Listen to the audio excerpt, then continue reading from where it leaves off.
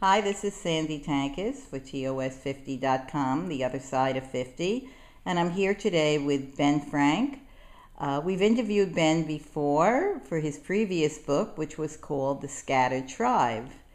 Good morning, Ben. Hey, great. How are you? Good to be here, Sandy. And it's good to see you again. And Ben, being very prolific, has just written another book Right. called... It's called Klara's Journey, and it's coming out soon. It deals with a young girl, age 17, who travels by herself across Siberia all the way to Japan and then comes across the ocean to the United States. What was the inspiration for this book? Well, obviously, it's based on a family story. It's about my aunt, who in 1917 went to find her father, my grandfather, and she went alone. And I thought it was unbelievable that a 17-year-old traveled on this Trans-Siberian Railway all the way across 6,000 miles to Vladivostok by herself in the midst of a war, a terrible civil war.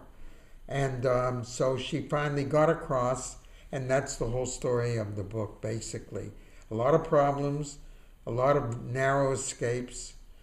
She meets all kinds of people on the journey. So in a way, it's really, I think, interesting reading, and I hope people will find it as a page-turner. Well, I know that you travel a lot. Right. Yeah, so obviously you've inherited some of the adventurous spirit of this person in your family. Right. Actually, what I did was, I knew that she was going, I knew the story. I didn't know everything about it, but I knew the stops along the way. And she went like Moscow to Novosibirsk to Irkutsk to Harbin in Manchuria, Vladivostok, and I went to most of those places. So you can't write a novel without seeing where the person went. Sounds very interesting. So tell me, why would somebody want to read this book? Well, I think there are two things. One is it's a story of courage. It's a story of a young girl who really sets out to do something and completes it, doesn't give up, doesn't go back home. She could have at one point, but continues. And it's a story about, sometimes it's not the destination, but the journey along the way. And it is a love story also, because she meets people along the way.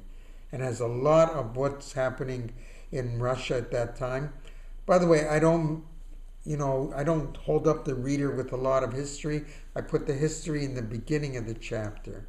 So the reader who's interested in that time period, or even if you're not, it's a fascinating period, can get a glimpse right away before each chapter. So it's a historical novel. It's a historical novel. Those are my favorites.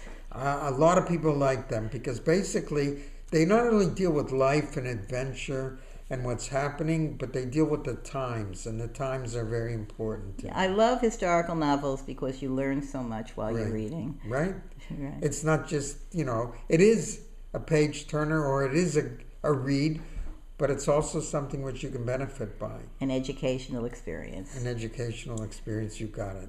Well, thank you so much, Ben. Okay. And I wish you a lot of good luck with the book. Thank you.